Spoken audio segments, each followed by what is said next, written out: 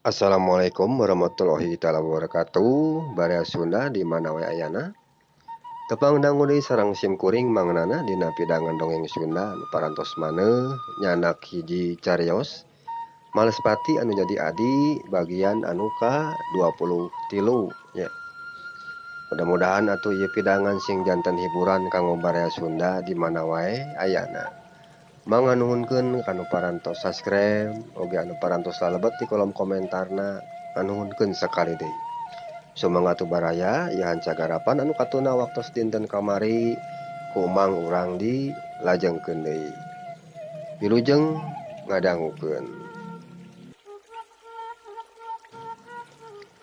Hanca garapan anu tos katunda teh nyaeta si Bohel nuju nyana cai kalebakeun eta patempatan nya baraya di piwarang ku Ki Jarong. Teu lila si Bohel geus datang deui bari jeung mawa cai kana ruas awi. Song diasongkeun ka Ki Jarong. "Yeuh, caina Ki Jarong," ceuk si Bohel bari nyodorkeun ruas awi nu geus meunang geusieun ku cai ka Ki Jarong. Gap ku Ki Jarong ditampanan. Geus kitu Ki Jarong nginum heula. Nya we hanaangna teh da eta nginumna oge meuni ngalek-lek. Meuni maseuhan kana dadana oge eta cai teh. Geus kitu pok Ki Jarong kadenge nyarita deui. "Dak, sabaraha urang we anu taratu ti urang jeung naha karumpit keneh anggota ti urang teh atawa ngurangan we?" Ceuk Ki Jarong nanya ka batur-baturna. "Teu lila pok," si Jumad nyarita.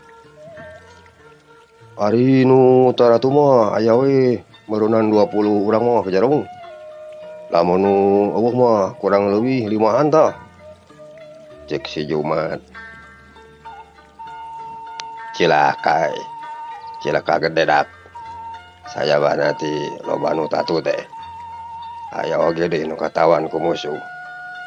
Kari-kari teu hasil deui urang ngaranjahna. Mana teuing ngadatna we yeuh Ki Badra kadewek euy," ceuk Ki Jarong bari panonna mencrong ka hareup. Ari awakna nyarane kana tangkal kai. "Terus ayeuna rek kumaha atuh pilampaheun urang teh Ki Jarong?" ceuk si Behom nanya ka Ki Jarong. Nya ayeuna mah urang baralik heula we ka guha. Urang alubaran heula anu taratu. Tangke lamun geus calager deui karek urang ngayakeun balitungan deui ka urang lembur Cisomang. Urang mawa wadiah balad anu leuwih loba. Balad-baladna Ki Badil jeung si Belang urang turunkeun kabeh pikeun ngagempur eta lembur we. Urang ratakeun jeung lemah. Tong dibere deui ampun. Dewek ngarasa dihina yeuh lamun kieu carana mah. Temal Ki Jarong bari jeung kekerot huntuna. "Oh kitu nya Ki Jarong. Nya leuwih hade kitulah," ceuk kuring oge. "Mending balik deui we ka guha. Meh tanaga urang parulih deui ari geus di leureurkeun heula mah di guha Ki Jarong." Tah ayeuna hayu urang balik deui ka guha we. Bisi katanyaan ku Ki Badra anu rarengkod sukuna parayang we," ceuk Ki Jarong marentahkeun deui ka anak buahna pikeun baralik deui ka jero leuweung. Atuh geus kitu mah anu sejen narangtung deui tuluy ngalanjutkeun deui lalampahanana rek baralik ka panyumputanana. Cag urang tunda heula Ki Jarong jeung pada baladna baraya. Ayeuna urang nyaritakeun kaayaan di lembur Cisomang. Sanggeus anu taratu di alubaran pon kitu deui anak buahna Ki Jarong anu 5an geus diamankeun. Kabeh jalma anu marilu bela pati dina mangsa harita ngarumpul deui di bumina Bahkanta. Atuh teu wudu we bumina Bahkanta teh pinuh ku jelema. malah manempikeun ka hareup sagala rupa. Sabab diburuan geus teu mahi ku jalma anu araya di dinya. Teu lila song cek kopi jeung lalawuhna aya anu nyodor-nyodorkeun kanu keur araya di dinya. Sanggeusna kitu teu lami bahkan ta kadangu biantara. Batur-batur salemur pon kitu deui baraya sadesa oge ti lemur-lemur anu sejena. Sakali deui kuring nganuhunkeun pisan kanu geus marilu Belapati dina peuting ayeuna.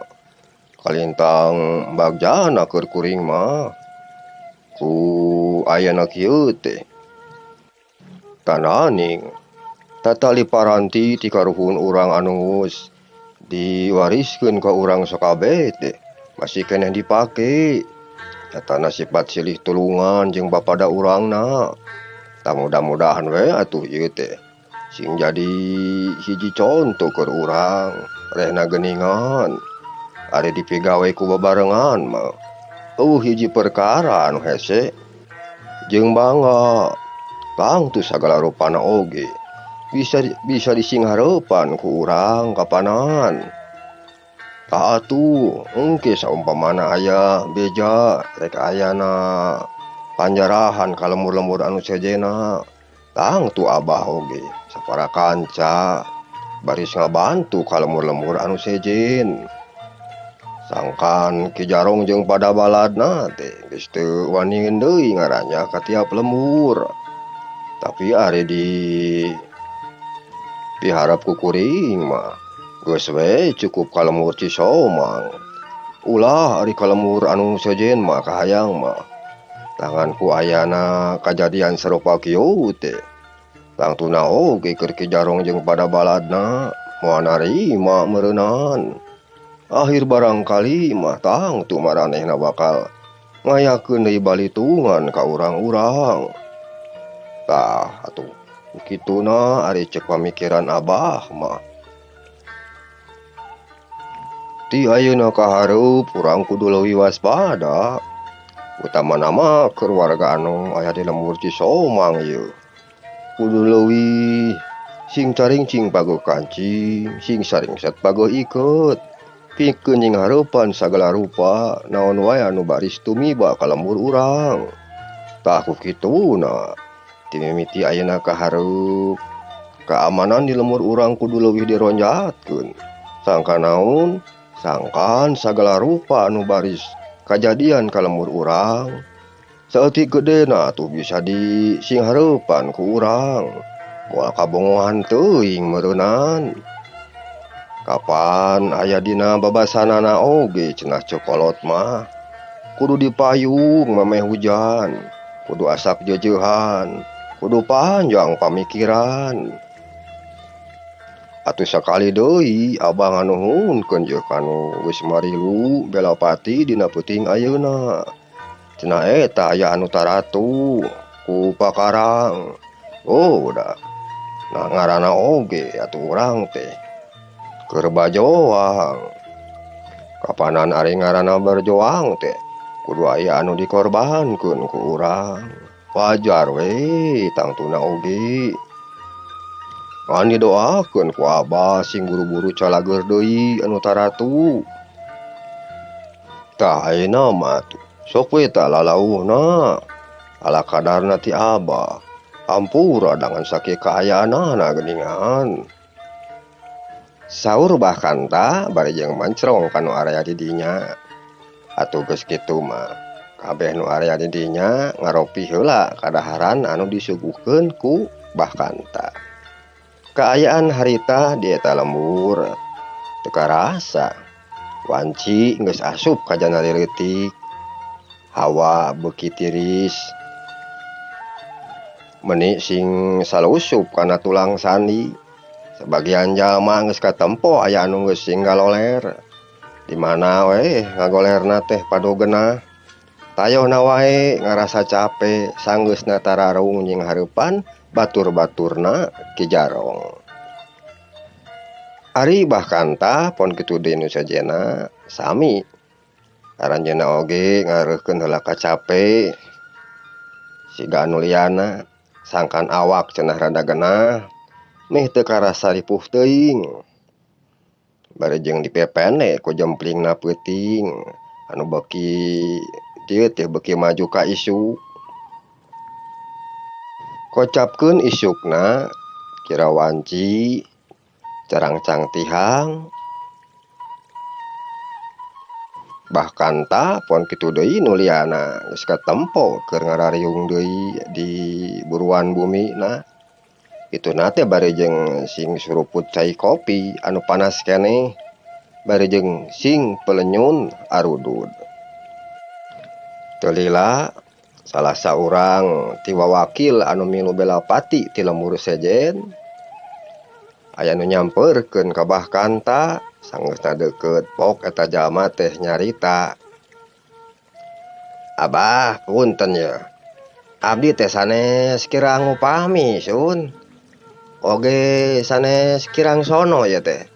Kumargi ayeuna mah sagala rupina tos beres, atuh abdi sareng anu sanes nama ieu teh bade teras we panginten marulih deui ka lembur. Da kumargi pada garadu urusan ieu teh di lemburna Abah. Keun we pami ka payuna mah aya itu ieu deui mah wartosan we panginten ka ditu. Pon kitu deui panginten pami aya itu ieu di lembur abdi, tang tos bakal ngabaran ka dieu oge. Tah kitu we panginten kanggo samentawis mah Abah," ceuk eta jalma bari ngajak sasalaman ka Bah Kanta. "Oh kitu nya baraya. Nya atuh teu nanaon ari rek marulang mah. An Abah ieu sakali deui menta dihampura nya bisi kurang upami dina panampianana. Sareng nganuhunkeun we kitu kasadayana wartoskeun ti Abah," saur Bah Kanta bari jeung sasalaman kituna teh. "Ah, nya sami-sami panginten ti abdi oge Abah. Nuhun kitu we panginten nya. Abdi bade dikantun heula ku abdi sareng anu sanesna ieu teh Bah." "Oh, nya mangga atuh baraya. Didoakeun ku Abah sing saralamet ti jalana nya." Geus kitu mah eta jalma anu tadi sasalaman jeung Bah Kanta marulang deui ka lemburna. Atuh ari geus aya anu ngamimitian mah nya antukna ti lembur-lembur anu sejenna oge aramitan ka Bah Kanta rek marulang deui ka lemburna sewang-sewangan. Nu araya di dinya kari Bah Kanta we jeung pada baturna iwal ti rombonganna Ki Juma anu masih araya keneh di dinya teh. Tapi teu lami Bah Kanta nyarios deui ka Mang Sahili sareng Ki Juma. "Ki Juma oge Ki Sahili, sok atuh tah bari diaropi geura leuteunana," saur Bah Kanta. "Ah, mohon atos ieu ge Bah," palar Ki Juma. "Sanes ieu teh kieu? Oh Abah teh ari ayeuna Ki Juma jeung Ki Sahili rek kumaha ieu teh satuluyna?" "Kieu abdi teh Bah, abdi ge bade teras wangsul deui we panginten sareng anu sanes teh kumargi nya kitu teh lah. Garadu pancen gawena sewang-sewangan Bah." "Tah kitu we panginten Bah," saur Ki Juma bari jeung mancrong ka Bah Kanta. "Oh, kitu nya Ki Juma. Padahal mah engke we atuh. Kapanan ieu opieuna oge araya keneh." "Ah, hatur nuhun," cekap Bah. "Nya ari kitu mah atuh teu nanaon. Abah nganuhunkeun yo ka Ki Juma sakali deui pon kitu deui kanu sanesna nya." "Muhun Bah, sami-sami abdi oge teh ieu teh Bah. Ki Sahili ari anjeunna harek milu deui jeung kuring atawa kumaha ieu teh?" saur Ki Juma naros ka Mang Sahili anu keur diuk di gigireunana. Telila pok mangsa hili nyarita. Nya nuhun Kijuma ngan hampura saacana kuring teh lain teh hayang milu deui jeung anjeun, tapi kusabab kuring teh masih keneh boga pancen rek nuluykeun lumampah neneangan deui nu jadi anak Kijuma. Keun sugan ka hareupna mah lamun kuring geus panggih jeung nu jadi anak mah kuring tangtu ulin deui ka ditu Kijuma. Tembal mangsa hili bari jeung ngareret ka Kijuma. Oh kitu Ki Saili. Nya teu nanaon atuh ari kitu mah. Didoakeun we ku kuring oge nya. Anjeun sing buburu panggih deui jeung nu jadi anak teh Ki Saili. Nya nuhun Kijuma. Tembal mangsa hili. Geus kitu mah Kijuma tuluy ngajak sasalaman heula ka Bahkanta mangsa hili. Pon kitu deui ka sakabeh jalma nu araya di dinya. Tos kitu anjeunna pon kitu deui pada batur-baturna marulang ka lemburna. Anu aya kari mangsa hili jeung si Sade ari jalma anu ti paluaran mah kabeh oge geus marulang. Telila pok mangsa hili kadenge nyarita ka Bahkanta. Atur punten Bah, abdi oge sanes kirang upami panginten ieu teh. Bade teras neraskeun lalampahan abdi deui we panginten Bah, cek mangsa hili. Oh, kitu deui Ki Saili oge. Mohon Bah. Oh, nya teu nanaon atuh ari rek nuluykeun deui lalampahan mah. Kade sing ati-ati we di jalana. Didoakeun ku Abah. Sangkan Ki Saili sing buru-buru deui panggih jeung nu jadi anak. Atuh sajabana ti kitu Abah nganuhunkeun ka Ki Saili pon kitu deui ieu jang Sade. Anu geus kacida gede jasana ari pikeun Abah mah. Ngan kade isuk jaganing pageto lamun Ki Saili geus panggih deui jeung nu jadi anak. Oma ulah rek poho ka Abah pon kitu deui ka ieu lemur Cisomang. Da lamun kok naon lamun kongang mah Abah oge sarua hayang milu mantuan neangan anak Ki Saili teh. Kan ari rek ninggalkeun lembur Abah teh hariwang. Komo sangeusna kajadian tadi peuting. Kahariwang Abah teh beuki gede we ka ieu lembur teh. Tah kitu Ki Saili. Wios Bah. Da ku abdi oge kahartosun. Mohon kitu we panginten Abah. Abdi doaan made teras pamit we panginten ieu teh. Oh, nya teu nanaon atuh nya Ki Saili. Kade we sing iatna di jalana nya. Mohon Bah. Mangga atuh Bah. Temal mangsa hili bari solongkrong ngajak sasalaman heula ka Bahkanta. Geus kitu tuluy kanu sejena anu keur araya di dinya. Sanggeus rengse sasalaman jeung anu araya di dinya, mangsa hili tuluy ngaleos ninggalkeun Bahkanta jeung para kancana. Angin leutik ngahiliwir nebak kana tatangkalan. Dauna pating aroyag jeung arulang. Ditembangan ku sora manuk anu recet ti sarada. Siga nu keur mileuleheungkeun ka mangsa hili jeung si Sade anu dina mangsa harita ninggalkeun eta pilemburan. Anu duaan beuki lila beuki jauh we katempona laleumpangna teh. Malah mah geus kalaluar ti eta lembur Cisomang. Poe beuki dieu beuki ngarayap maju ka beurang. Panon poe geus mimiti karasa panasna meuni pating jeletet kana dampal suku. Teu lila reg anu duaan teh katampo ngararaneg heula. Tuluy singkoloyong ka sisi jalan anu kaparengan aya bangku panjang di dinya teh, bangku tina awi anu kayuhan ku tatangkalan.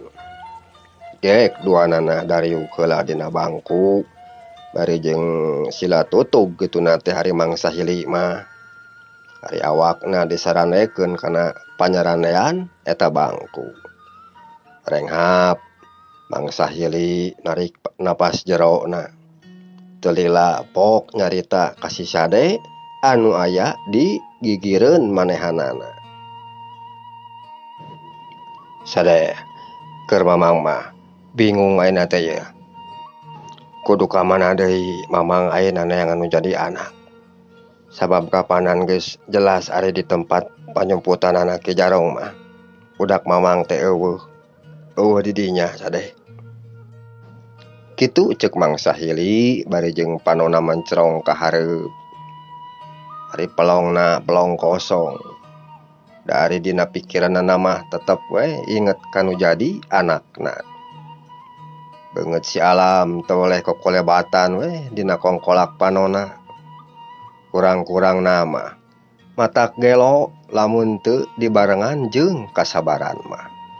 Teu lila kadenge si Sade nyarita. Nyari cek uing mah urang nyobaan deui we ka Pilemburan maluruh teh mang. Datang tuna oge. Budak teh pasina geus asup deui ka lemur basa harita geus dilepaskeun ku si Bohel oge. Sigana mah aya nu manggihan meureunan eta budak teh mang. Tuluy dikukut. Tah kitu ari ceuk pamanggih uing mah mang. Kitu ceuk si Sade bari jeung ngenyot ududna. Nya Sade. Teu bina ti kitu ceuk pamikir mamang oge. Ngan di mana atuh budak teh ayeuna ayana nya. Sabab kapanan geus mangtaun-taun urang teh neangan si alam. Tapi nepikeun ka kiwari can kapanggih wae. Can aya laratan-laratana acan Sade. Nya ulah kapalang nya sabar we mang. Ayeuna mah saha nu nyaho atuh. Mata kitu teh meureunan mamang keur diuji ku Nu Maha Kawasa. Nepi sajauh mana meureun kasabaran mamang teh. Ayeuna mah urang serahkeun we ka Nu Maha Kawasa mang. Nu penting mah tarekah urang ulah nepi ka pegat. Tah kitu ari ceuk uing mah mang. Nya Sade. Bener pisan eta caritaan teh. Mudah-mudahan we tarekah urang duaan teh sing ngabuahkeun hasil atuh Sade. Nya sugan we atuh mang. Da ari ditarekahan mah meureun tangtung ke oge aya hasilna. Nya Sade. Ayo atuh. Ayeuna mah urang ngeureuh deui we. Kitu ceuk mangsa hili ngajak lempang deui ka si Sade. Geus kitu mah anu duaan tuluy carengkat rek naruluykeun deui lalampahanana. Cag urang tunda heula baraya lampahna mangsa hili jeung si Sade anu keur neneangan si alam. Ayeuna urang caritakeun deui Ki Juma jeung pada baturna. Harita Pak RT jeung Ki Juma pon kitu deui pada baturna. Sangeusna nyorang jalan anu lumayan rada jauh. Lamun ti lemur Cisomang ka lemur Talaga Herang teh. Tapi ari ku dikeureueuh mah nya teu burung we geuning antuk namah narepi deui ka lemur Talaga Herang. Kirawanci sadereuh kolot Ki Juma jeung anu sejena geus narepi deui ka lemurna. Geus papisahan mah jeung anu lian, Ki Juma tuluy leumpang deui rek muru ka bumina. Teu kacatur lilana di jalan. Ki Juma geus anyog deui ka bumina. Tuluy keketrok kana panto bari nyalukan nu janten bojona. Ibuna, buka panto ya Bapak ya. Kitu saur Ki Juma. Teu lami kolotrak. Aya sora anu mukakeun selot panto. Geus kitu bray panto muka. Har geuning bapana tos mulih deui. Taros buning sih. Nya ibuna. Walar Ki Juma bari bus asup ka jero imah. Tos kitu gek anjeunna calik dina korsi. Saatosna nutupan heula panto, Ibu Ningsih ngaleos heula ka pawon. Tayohna wae rek mang mawakeun heula cai keur nu jadi carogena. Teu lila geus balik deui bari song ngasongkeun cai kanu janten carogena. Tah dileuet heula caina bapana, lumayan tami hanaang mah geura. Nya nuhun ibuna, walar Ki Juma bari nampanan cangkir bekong anu diasongkeun ku bojona. Geus kitu regot ngaleuet heula cai teu lami pok kadangu nyarita deui. Kumaha weuh nanaon ibuna, saheula ditinggalkeun ku bapa di dieu, saur Ki Juma naros deui ka bojona. Alhamdulillah teu aya nanaon bapana. Nya syukur we ari kitu mah atuh. Kumaha barudak salageur deui, saur Ki Juma naros deui. Alhamdulillah si Neng teu sawios-wios pon kitu deui jang banyu. Si Udin sarehat sadayana oge, walar Bu Ningsih. Oh, nya syukur we atuh ari kitu mah. Kumaha bapana dongengna ti lemur Cisomang teh? Nah teu aya nanaon, saur Bu Ningsih malik naros kanu janten carogena. Kieu dongengna mah di lemur Cisomang teh ibuna, walar Ki Juma. Atuh barabat sakabeh naon rupa anu kajadian di lemur Cisomang, ti mimiti Ki Juma jeung pada baturna datang ka eta lemur tug nepikeun ka tararungna jeung Ki Jarong, pon kitu deui pada baladna kabeh dicaritakeun ka Ibu Ningsih. Atuh meuni gogodeg Ibu Ningsih teh barang nampa beja anu sarupa kitu ti carogena teh. Tah kitu ibuna, saur Ki Juma mungkas caritaanana. Kutan teh kitu nya bapana dugikeun ka rongkahna kitu geuningan eta kajantenan teh. Nyangan aya saena we atuh bapana sareng anu sanes mah masih keneh ditangtayungan ku Nu Maha Kawasa. Nya ibuna, Bapa ge ari dina lebah kituna mah muji syukur ka Nu Maha Kawasa teh. Tehna bapa jeung anu liana ditangtayungan ku mantena. Tah ayeuna mah bapa rek kacai heula ieu teh. Geus kitu merek heureuh heula. Teu kuat meuni sacara pe kieu yeuh awak teh. Isuk deui we ngawangkong namanya ibuna.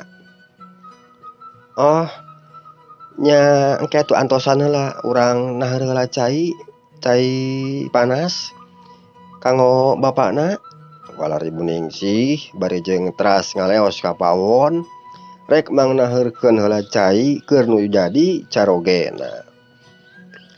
Harita wanci di eta lemur geus maju ka peuting, kaayaan geus mimiti sepi jempling.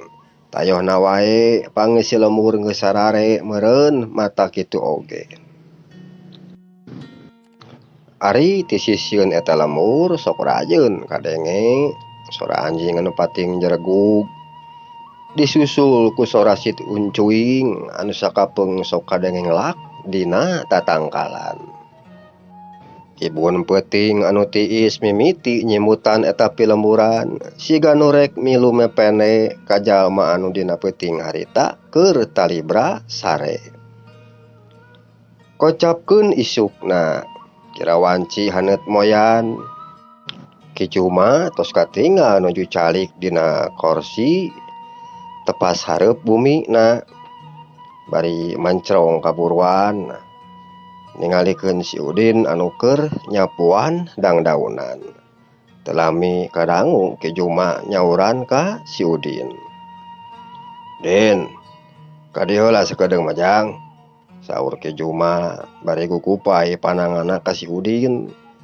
Si Udin teu tetalangke digeroan ku dununganna teh. Tuluy manehna nyampeurkeun ka Ki Juma. Sanggeusna deukeut pok si Udin nyarita.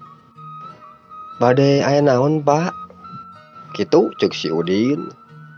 "Kieu, Din, Ari jang banyu aya di tukang henteu, taros Ki Juma. Aya Pak, tadi mah nuju ngabersihan kandang domba katinggalna teh, tembal si Udin. Oh gitunya, lain cik pa ngageroankeun heula sakedeung mah. Kadieu kitu ceuk bapanya Din. Oh nuhun mangga Pak, tembal si Udin bari ngaleos heula ka tukang.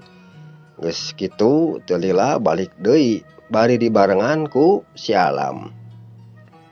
Ieu Pak Kang banyuna, ceuk si Udin. Oh nya nuhun atuh Din, kalar Ki Juma. Leos we geus kitu mah si Udin ngaleos deui rek nuluykeun hanca pagaweanana. Punten Pak, dupi Bapa teh nyaur ka abdi, ceuk si Alam anu keur ngajanteng dipayuneun Ki Juma. Nya banyu, sok diuk heula tah di dinya, saur Ki Juma. Nitah diuk heula ka si Alam. Teu lila gek atuh si Alam teh diuk dina kursi payuneun Ki Juma. Anggeus si Alam diuk pok Ki Juma kadangu deui nyarita. Lain Bapa teh rek nanya ka hidap, kumaha hidap cicing jeung Bapa salela ieu di dieu teh?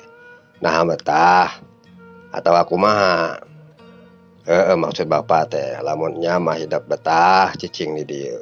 Nya syukur we ai keur Bapa mah. Eta anu dipenta. Tah kitu banyu, saur Ki Juma naros ka si Alam. Ari si Alam barang ngadenge patarosan sarupa kitu ti Ki Juma teh.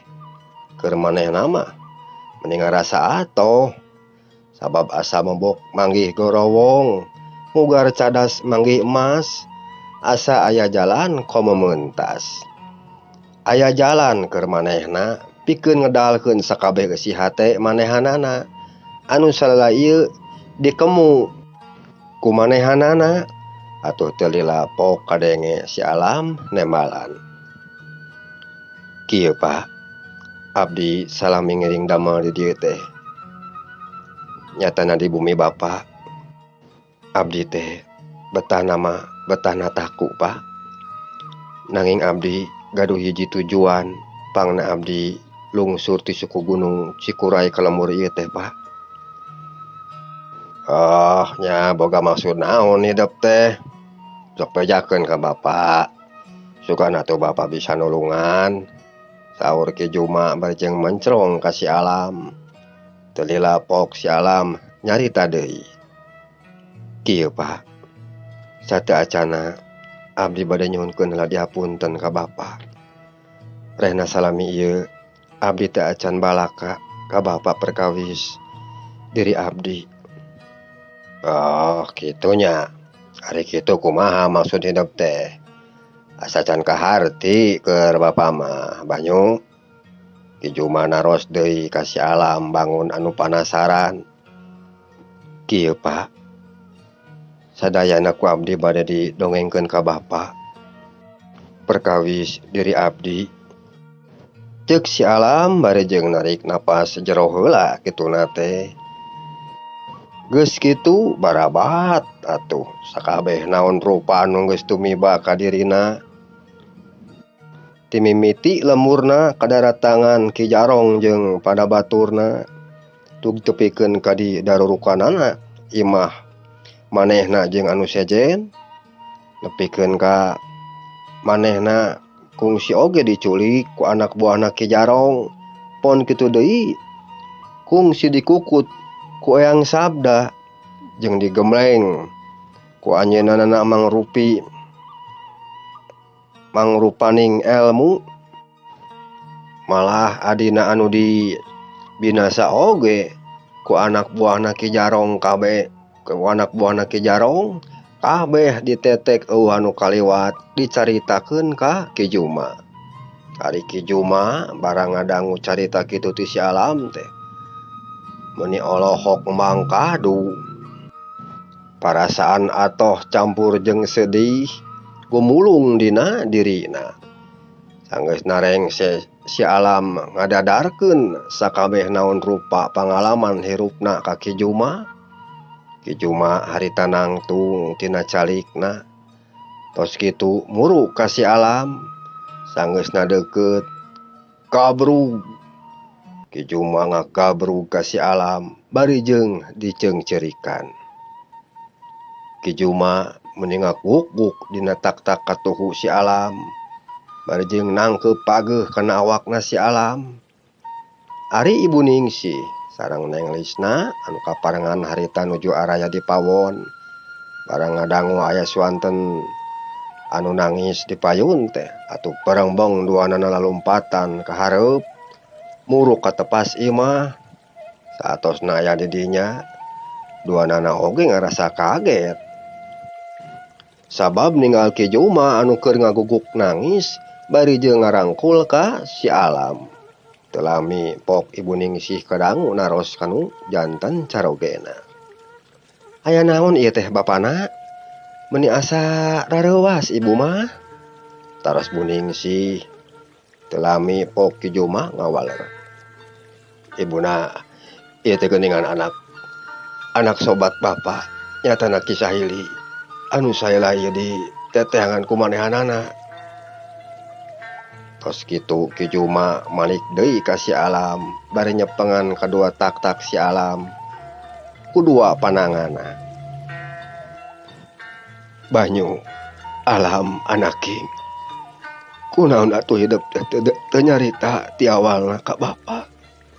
Beureunan lamun hidup nyarita mah tangtu oge bapa moal ngantep ka hidup jeung tangtuna oge hidup teh geus bisa dipanggihkeun ku bapa jeung nu jadi bapa hidup. Dedeh teuing anaking nasib hidup jeung nu jadi bapa hidup nepikeun ka kieuna. Gusti nu Agung mugi anjeun saengga ngalamenakeun ieu budak jeung nu janten sepuhna sing sabar we heula ayeuna mah anaking. Meureun ieu teh geus jadi cocoba pikeun hidup jeung nu jadi kulawarga hidup. Kitu saur Ki Juma bari jeung nyiuman kana mastakana si alam. Tos kitu geek anjeunna calik deui dina kursi. Teu lami saatosna Ki Juma calik, Ibu Ningsih teras cengkat tuluy ngarangkul ka si alam bari jeung diceungceurikan. Kasep anak ibu, hampura ibunya lamun saela ieu ibu kurang ngumaha ka hidup, sing sabar, sing kuat hidup dina ngajalanan ieu kahirupan. Kitu saur Ibu Ningsih bari reumbay ku si Soca. Tos kitu teras anjeunna oge geek calik deui dina kursi. Ari Neng Lisna saatosna ningal ibuna calik deui dina kursi, teras anjeunna oge nyampeurkeun ka si alam anu keur diuk bari tungkul dina kursi. Tos kitu Neng Lisna deku di hareupeun si alam bari nyepeng kana kadua ramo leungeunna si alam. Kang Alam, hapunten abdi Kang. Pamisalemi ieu abdi tos kirang ngupami ka Akang. Sing horeng geuningan sanes anu lian Akang teh. Hapunten abdi Kang. Saur Neng Lisna bari jeung ngecelakeun cimata. Sami-sami Lis, Akang oge nyuhunkeun dihapunten ka Lisna. Anu salami ieu tos ngabohong ka Lisna. Satadina pangna Akang teu wantun balaka teh. Kumargi Akang hawatos bilih jantenna naon ka Lisna. Pon kitu deui ka sepulisna. Tah kitu Lis. Wios Kang teu kedah diemutan perkawis eta mah.